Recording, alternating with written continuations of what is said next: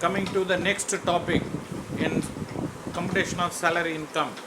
Today we are going to discuss about treatment of gratuity. See, you are all well aware that when a person, that is the assessee, during the course of employment is eligible to get their salary, whereas after retirement they will not be given with the salary, but at the same time, at the time of retirement, he is eligible to get the retirement benefit. What are the retirement benefit? In the sense, gratuity amount and some compensations or pension, like that he is eligible to get various things, right? And all those amounts received from his employer because of the employment, whatever the amount he received, it is taxable under the head called salary. Now we are going to discuss about gratuity. In Tamil, that gratuity is named as Panikodai. What is that gratuity? Gratuity is the lump sum amount of consideration given to the employee by the employer after the completion of certain stipulated, if the assessee is having that stipulated years of service. See, today one person is joining, next month he is quitting the job. I think he is not eligible for getting the gratuity. Whereas if he is having sufficient amount of service, then if he is quitting the job on his own or at the option of the employer, that is he is terminated or he got a retirement, then he is eligible to get the gratuity. In this case, now we are going to discuss the treatment of gratuity in income tax under two broad headings. One is called a government employee, another one is non-government employee. So in case of a government employee, any amount of gratuity received by a government employee on account of death or retirement. In short, it is called as any death come retirement gratuity is fully exempted. So, if the gratuity is received by the government employee on account of a death or retirement from the service is fully exempted.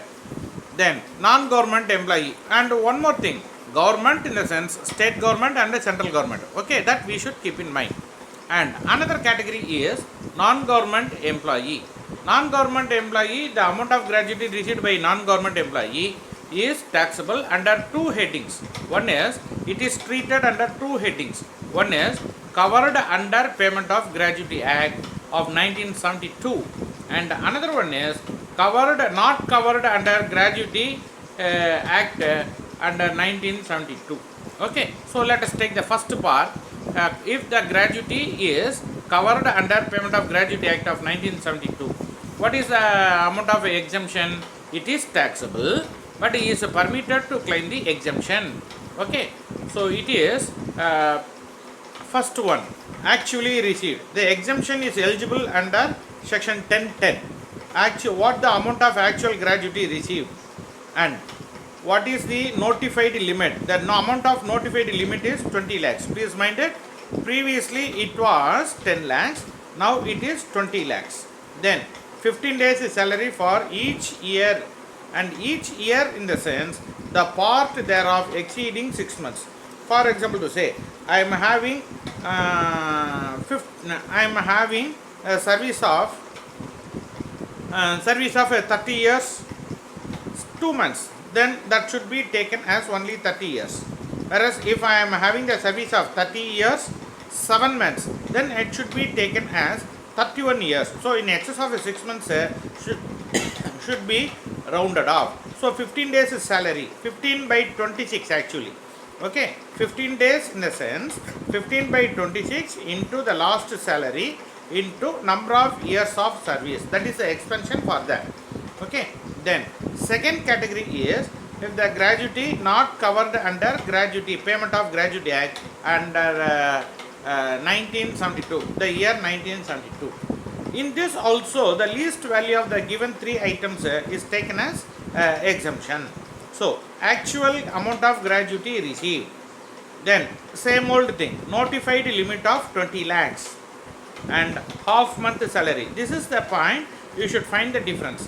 Previously for covered under Gratuity Act, it is 15 days salary, whereas here half month salary for each completed year of service on average of 10 months salary. Okay, that each completed years of service average, which means 10 months average we have to take, that is last salary drawn for 10 months average of that one we have to consider.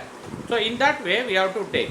Again I am repeating, covered under Gratuity Act, 15 days salary, 15 by 26 into years of service into last salary drawn, and years of service is more than 6 months, that one is rounded off, whereas not covered under Gratuity Act, the point is half month salary only we have to take, base half month salary based on each completed year of service, and salary in the sense half month salary on average 10 months average salary.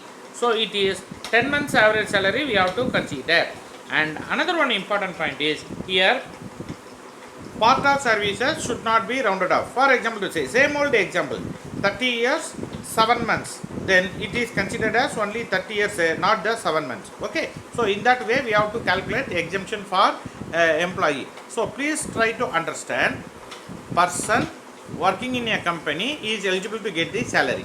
If he got a retirement, then he is getting only the gratuity, it is taxable, and you are permitted to claim the exemption based on the conditions listed in the board.